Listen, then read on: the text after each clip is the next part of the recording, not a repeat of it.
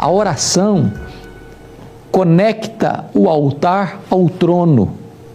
E as orações que sobem do altar ao trono, descem do trono de Deus para a terra, por meio das grandes intervenções de Deus na história.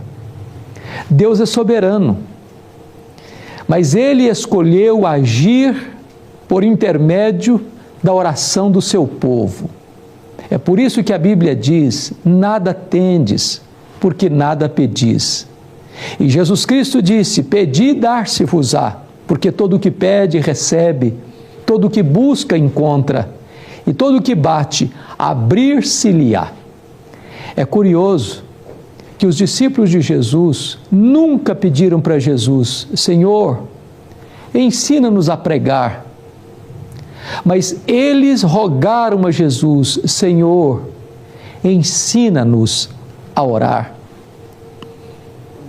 A igreja primitiva aprendeu a orar porque olhou para o exemplo de Jesus Cristo, porque como homem perfeito que foi, ele foi um homem de oração. E a oração é o instrumento que Deus nos dá para nós vivermos uma vida vitoriosa, para nós alcançarmos o favor de Deus e para nós estarmos no centro da vontade de Deus. Há um texto na Bíblia que me marca profundamente, Ezequiel, capítulo 22, versículo 30.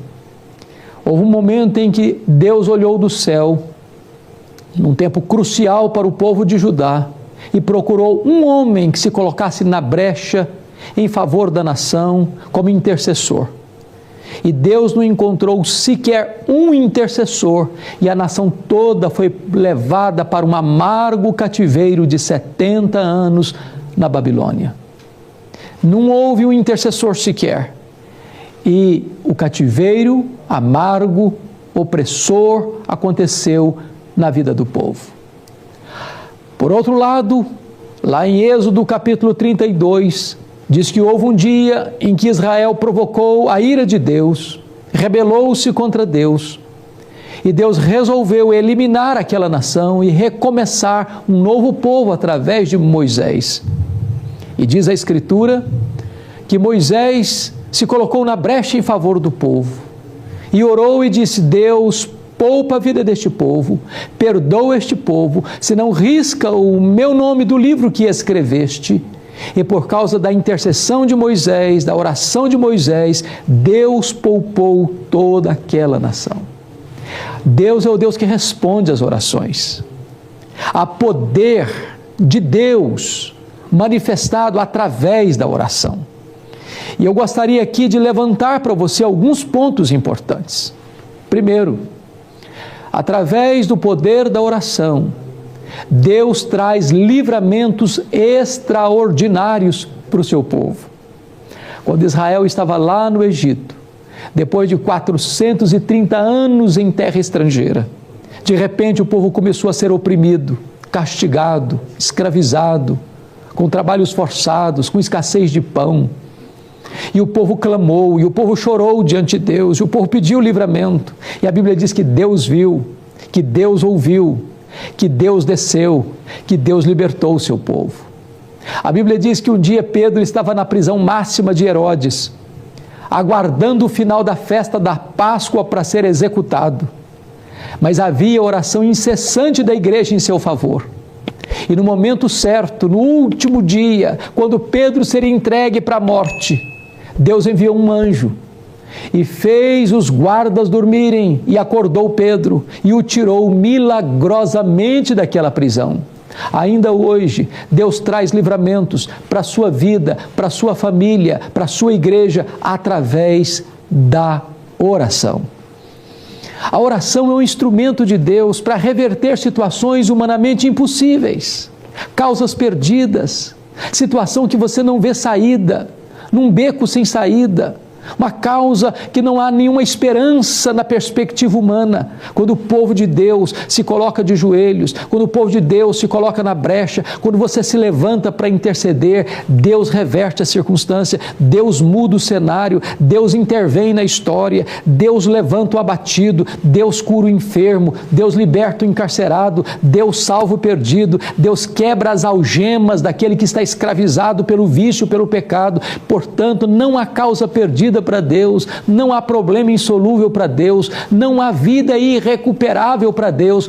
Tudo é possível para Deus, porque em todas as suas promessas nós temos o sim e nós temos o amém.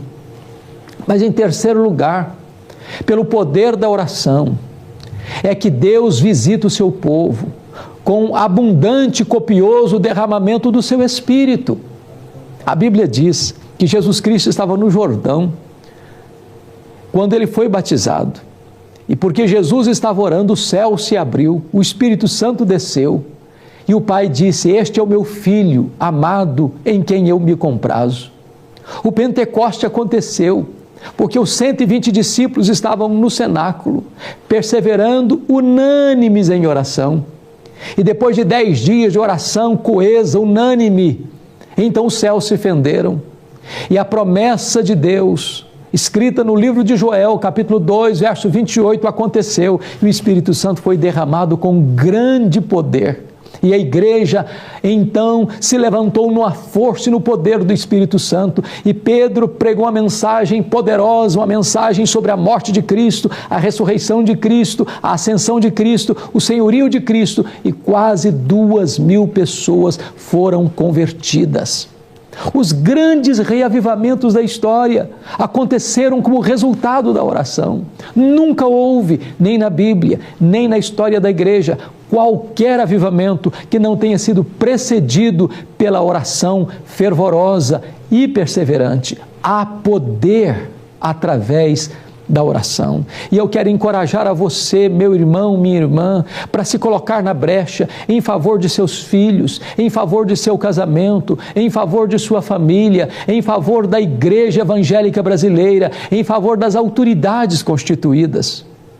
Os cenários mais cinzentos podem se tornar jardins engrinaldados de flores.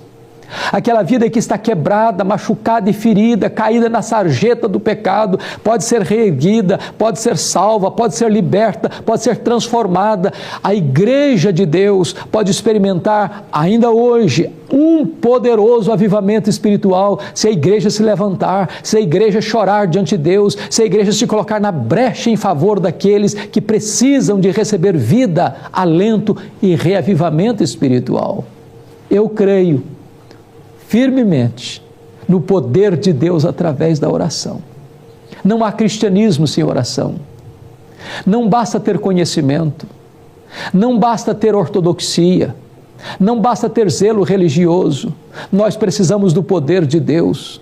Precisamos unir palavra e oração, ortodoxia e piedade, fidelidade doutrinária e o poder do Espírito Santo. E o poder de Deus vem através da oração. Eu conclamo você a colocar-se na brecha e ser um intercessor. Eu quero orar com você. É tempo de você se levantar, é tempo de você se colocar na brecha, é tempo de você ser erguido como intercessor na sua casa, na sua igreja, em favor da nossa nação. Deus aplica esta palavra ao coração daqueles que estão nos assistindo e levanta-os como intercessores, como reparadores de brechas, em nome de Jesus.